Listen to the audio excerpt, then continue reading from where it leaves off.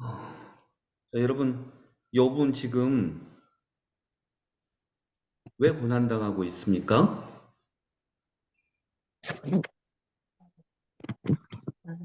하나님이 시험, 하나님이 시험하시고 있죠. 욥이 뭘 잘못해서 그런 거 아닙니다. 하나님이 시험하신 겁니다.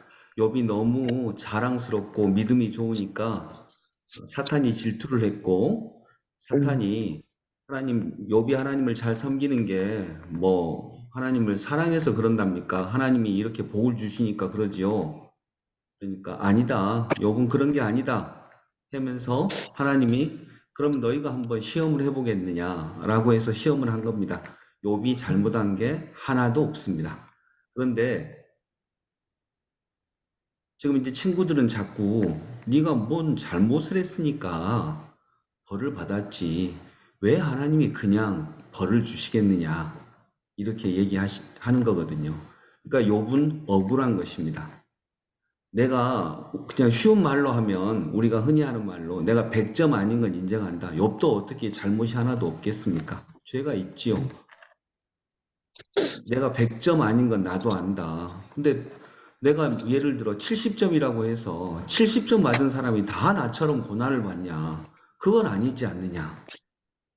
왜 나만 이렇게 큰 고난을 받는지 나는 진짜 알 수가 없다. 그런데도 친구들은 야, 하나님이 어떻게 죄 없는 자에게 벌을 주시느냐? 네가 말을 안 하지만 뭔가 죄가 있으니까 이렇게 벌을 주시는 거지라고 이렇게 자꾸 강변하는 것입니다. 그것이 계속 반복되고 있는 것입니다.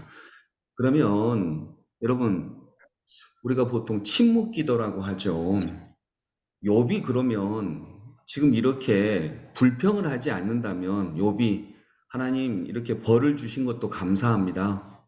어, 제가 뭐 100점 아니니까 이 벌을 받은 것도 너무 감사합니다. 이렇게 해야 될까요? 그러면 이럴 수 있나요? 아니요. 아니, 물론 욥도 저는 자기 꼭 자신을 그럴 것 같아요. 찾아보면 벌 받을 만한 일이 있죠. 어떻게 예수님처럼 흠 하나 없겠습니까? 사람인데. 그런 사람은 세상에 없습니다. 그러면 도대체 나한테 만일 이런 일이 생긴다면 그래도 목숨을 주신 것만도 감사합니다라고 하는 고백이 이게 나오나요? 그치. 안 나올 것 같습니다.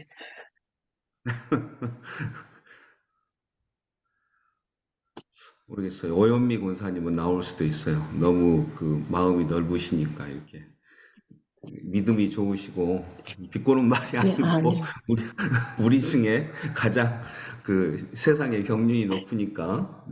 근데 아마 오현미 권사님도 쉽지 않아요. 저도 쉽지 않고요. 저도 목사라 그래서 이거 안 나옵니다. 근데 이제 친구들의 말은 뭐냐면 네가 이렇게 해야 된다라고 하는 거예요. 근데 이럴 수 있는 사람이 없습니다. 누가 합니까? 하면은 더 이상하죠. 그러면 욥이 어떻게 해야 될까요? 저는 욥이 요 정도로 반응한 것도 엄청난 거라고 생각을 하거든요. 이렇게 반응하는 사람도 실은 정말 정말 드뭅니다. 대부분은 욥의 아내가 욥한테 얘기한 것처럼 하나님을 저주하고 죽어라 차라리. 대부분 그렇죠. 예. 저도 만일 이런 삶이 온다면 그렇지 않으리라고 자신할 수는 없습니다. 예. 아마 여러분도 아마 그럴 것이고요. 우리가 보통 침묵 기도를 한다고 하는데 침묵 기도 한다라고 하는 것은 그러면 만일 이런 상황 속에서 욥과 같은 상황 속에서 침묵 기도를 한다라고 하는 것은 어떤 것일까요? 어떻게 하는 것일까요?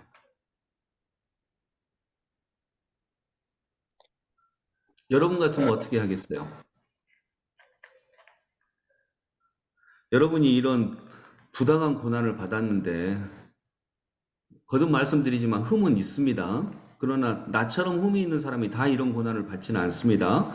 그런데 유상서 목사가 설교하면서 당신이 뭔가 숨겨진 죄가 있으니까 그러지 라고 한다면 어떻게 하시겠습니까?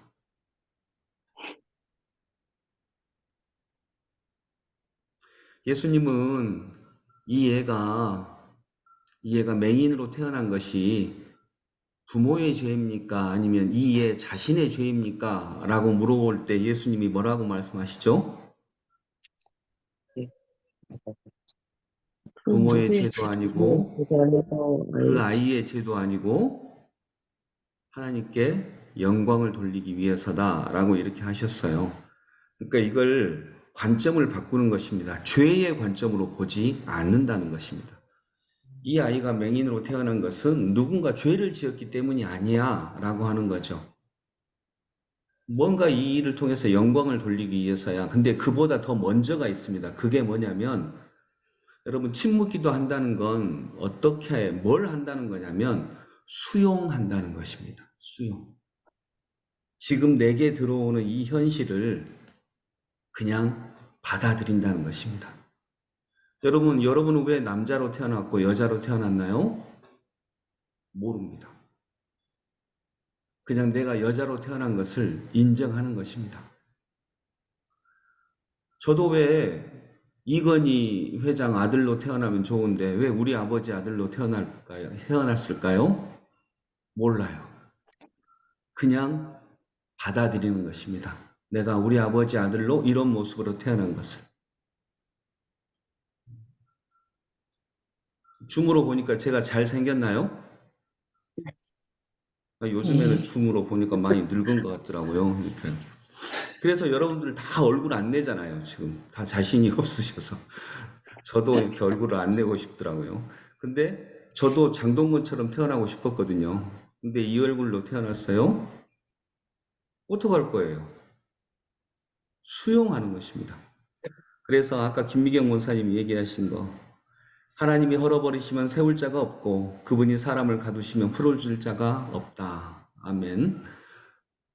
침묵 기도를 한다는 얘기는 뭘 한다는 얘기냐? 말을 안 한다는 얘기가 아니고요.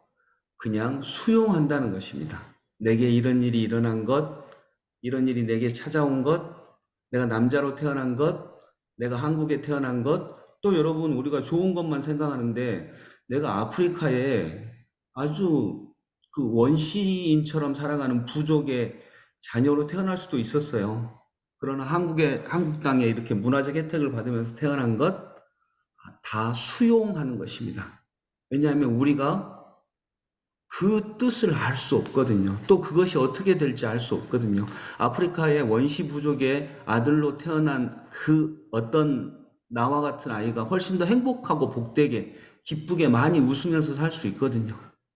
그러니까 알 수 없는 것입니다. 그래서 우리가 이 욥이 나중에 하나님으로부터 꾸중 듣는 것은 네가 다 알 수 있느냐라고 하는 거예요.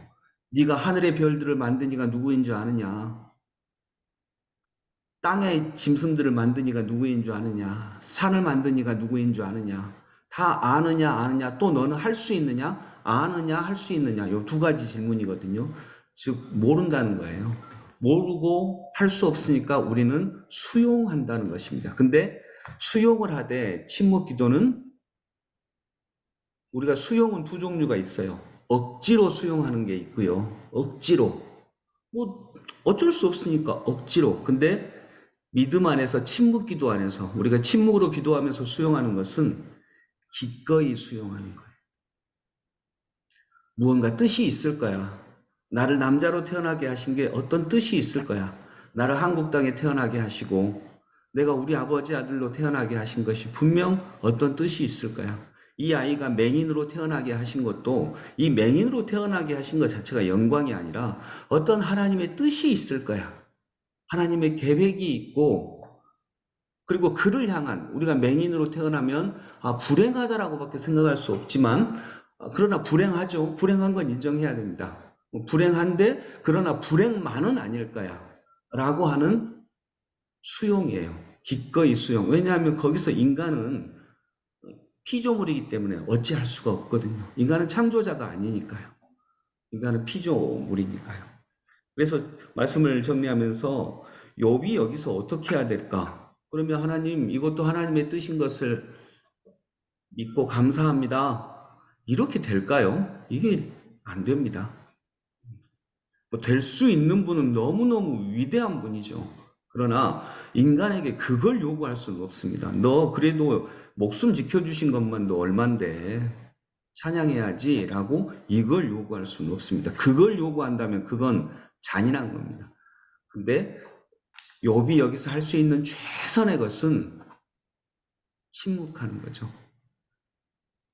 그리고 수용하는 것입니다. 믿고 무언가 하나님의 계획이 있어. 왜냐하면 실제로 하나님의 계획이 있었으니까요.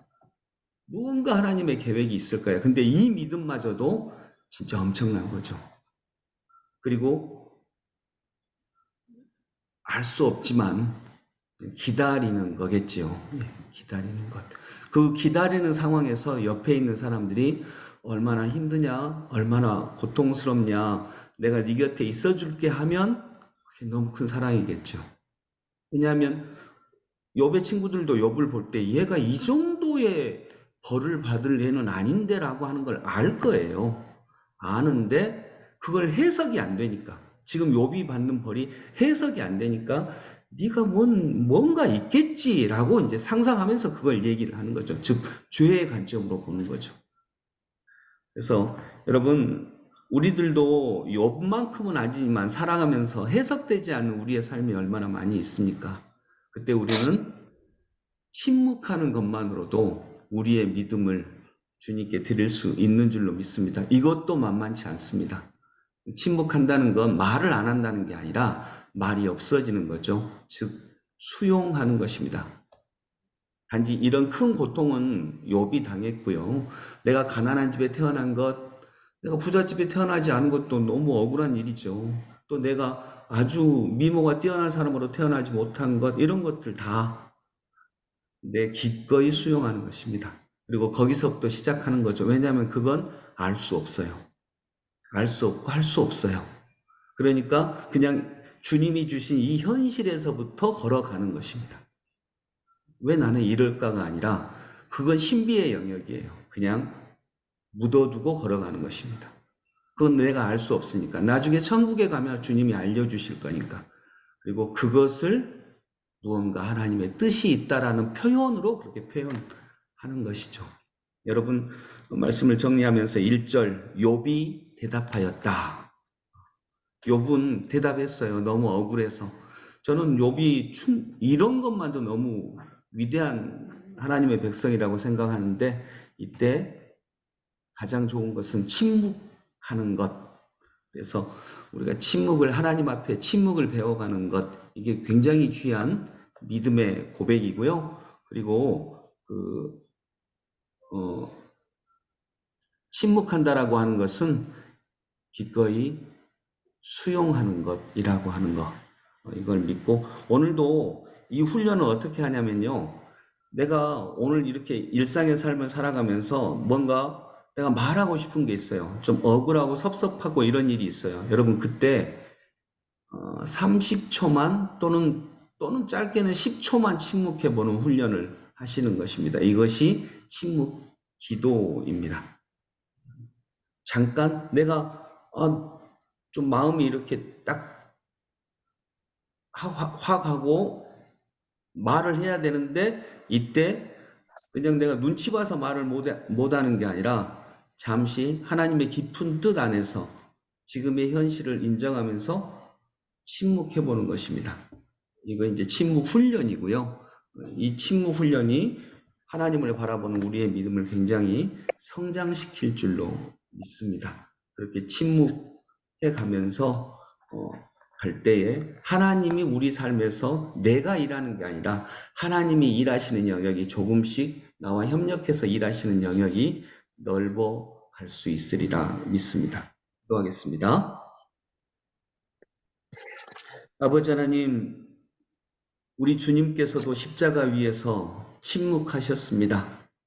울부짖기도 하셨으면 또한 주님은 기꺼이 십자가 앞으로 나아가셨습니다. 우리가 주님을 흉내내기에는 우리가 감히 감당치 못할 무게이지만 주님 그것이 진리임을 믿고 조금씩 내 십자가를 지고 그 길을 걸어갈 수 있는, 걸어가기 원하는 저희들이 되게 하여 주옵소서. 알 수 없는 하나님을 찬양드리며 감사드리며 또 수용하며 기꺼이 수용하며 예수 그리스도 이름으로 기도드립니다. 아멘. 오늘 67장 찬송가 67장 찬양드립니다.